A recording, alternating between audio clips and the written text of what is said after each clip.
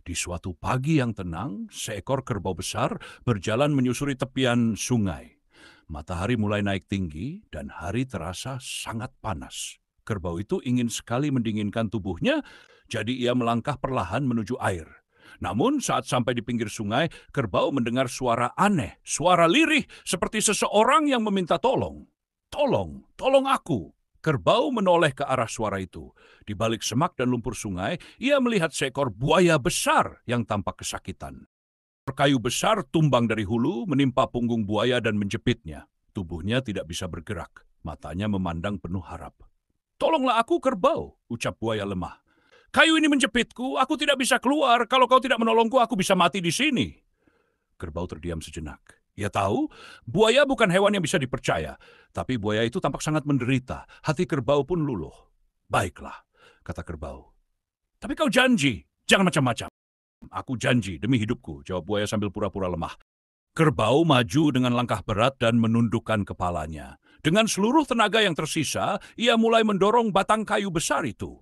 Sekali, ia dorong, kayu itu bergeser sedikit. Dua kali, lebih keras lagi, tubuhnya gemetar. Dan pada dorongan ketiga, kayu itu akhirnya terguling, jatuh ke samping, dan melepaskan tubuh buaya. Buaya terdiam. Ia bangkit perlahan, menggoyangkan ekornya, lalu berkata, "Akhirnya aku bebas." Kerbau tersenyum kecil, hendak berbalik pergi. Tapi baru satu langkah, tiba-tiba, "Kah!" Buaya melompat dan menggigit kaki belakang kerbau dengan sangat kuat. "Ah!" teriak kerbau kesakitan. "Buaya, apa yang kau lakukan? Aku baru saja menolongmu." Buaya mencengkeram lebih erat. Matanya dingin. "Aku memang kau tolong, tapi aku juga lapar. Dan kau adalah makanan empuk." Kerbau meronta-ronta, gigitan buaya sangat kuat. Darah mulai menetes ke air sungai. Kerbau menguak keras berusaha melepaskan diri. Tapi sia-sia. Di balik pepohonan, seekor kancildang mencari makan mendengar suara keributan. Ia segera berlari ke arah sungai dan melihat kejadian mengerikan itu. Kerbau yang digigit buaya. "Wah, apa yang terjadi di sini?" tanya kancil sambil mendekat. Kerbau menjawab lirih, Aku menolong buaya ini dari batang kayu, tapi dia malah menggigitku." Buaya menyeringai. "Sudah tabiatku, kancil. Aku buaya, aku lapar. Apa salahku?" Kancil mengangguk pelan, lalu mendekat sambil berkata, "Kalau begitu, aku ingin lihat bagaimana awal kejadiannya." "Aku sulit percaya." Buaya menatap heran. "Lihat ulang? Untuk apa?" Kancil menjawab, "Agar aku bisa menilai dengan adil." "Ayo, kau kembali berbaring di tempatmu tadi, dan kerbau pura-pura menolong lagi. Biar aku bisa pahami posisi kalian." Buaya mengangguk. Ia merasa kancil hanya ingin tahu. Ia pun kembali ke posisinya tadi, berbaring pura-pura jepit di bawah batang kayu. Kerbau maju pelan, pura-pura hendak mendorong.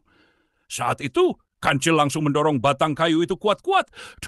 Kayu itu jatuh lagi dan kini benar-benar menjepit buaya di punggungnya. Buaya teriak marah.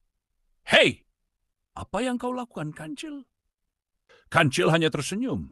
"Kau sudah dibantu, tapi malah menggigit. Itu balasanmu. Sekarang diam sajalah di bawah kayu itu sampai kau tahu rasa." Kerbau menatap kancil sambil terengah. "Terima kasih, kancil. Kau telah menyelamatkanku." Kancil berkata dengan tenang, "Berbuat baik itu mulia, tapi jangan berbaik hati pada makhluk yang tidak tahu berterima kasih." Buaya akhirnya pergi dengan luka dan rasa malu. Kerbau pulang dengan langkah pincang, tapi selamat dan kancil. Ia tetap cerdik seperti biasa, kecil tapi bisa menyelamatkan yang besar. Pesan moral, kebaikan harus disertai kebijaksanaan. Jangan mudah percaya pada mereka yang punya niat jahat. Dan ingatlah, cerdik lebih penting daripada sekadar kuat.